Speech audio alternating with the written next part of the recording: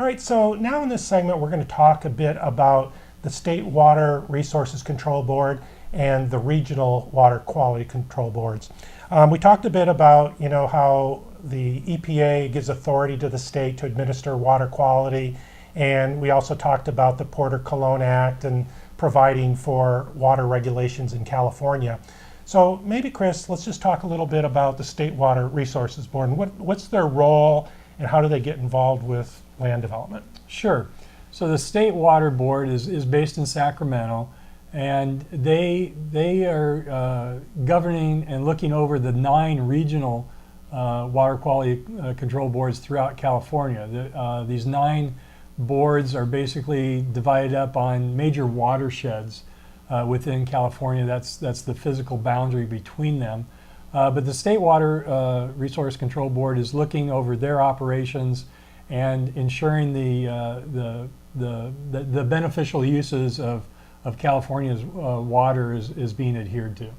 So they actually set the policies and the regulations, because I always hear there's concern, whether it's from the BIA or others, of what regulations are coming out from the state. Right, and that's where it would be, and that's where the BIA lobbies is at Sacramento in front of the State Water Resource Control Board. Okay, so now we have 9 regional water quality control boards, and as I understand it, if you're a land developer, that's who you're dealing with as far as your specific project. That's correct.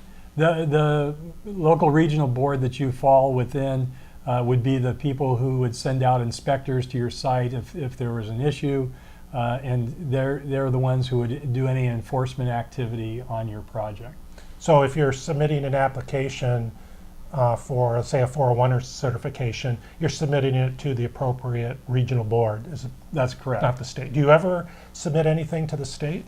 Well, like I said, when you're applying for your notice of intent, when you're starting a project, that all goes through the state. It goes to Sacramento, and then it is disseminated from there to the different regional boards, whatever regional board you fall under. Okay. So, just real quickly with thinking about the regional boards, like in Southern California, how many boards are there? We have San Diego, Santa Ana, and LA, Okay. If we go a little further north. So LA, Ventura. Okay. So we have 3 here, right? Correct. And then let's just take in the Bay Area where, let's say there's most of the land development's going. It's the San Francisco primarily. San Francisco? Right. Okay. That region. And then I was just thinking about like the Central Valley or Sacramento. Is there one? There's a Central Valley board as well. Okay. Yes. Okay. So then let's also talk about MS4s. And what does that stand for? Municipal Separate Storm Sewer System. So it's what most of us here in Southern California would think of as a storm drain system. But in many parts of the country, there's not a separate sanitary sewer and storm drain. They're combined flows. So that's what the Municipal Separate Storm Sewer System, the 4 S's. Okay. So essentially in the development, you have your typical sewer that basically flows to a sewage plant or sewage treatment plant. So then you have your storm sewers that basically take all the runoff of land and streets. Correct. And takes that to essentially a MS4, which is essentially a city maintained storm drain system. Correct. Okay.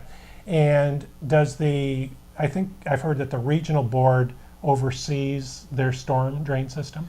That's correct. As these MS4 permits, as they're called, are developed and approved by the regional boards, those govern, within that regional board geographic area, those cities and counties that fall under that jurisdiction. And there's specific regulations that apply to the municipal side of things, talking about inspections that they have to do and that sort of thing.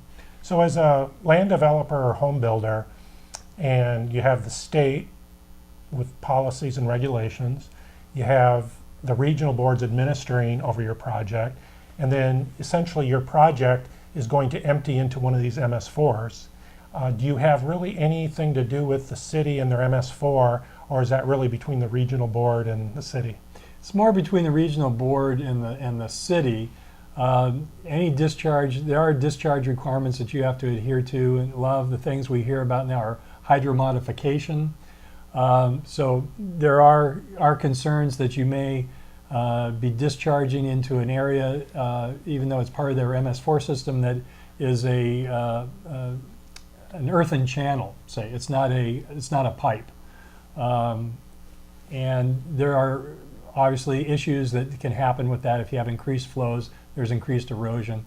So that results in these concerns for hydromodification. So you might be dealing with the regional board and the local jurisdiction on that. Relative to their storm drain system. Correct. So, okay. Well, I think that hopefully is a good summary of those, what I think of as 3 levels of the stormwater system.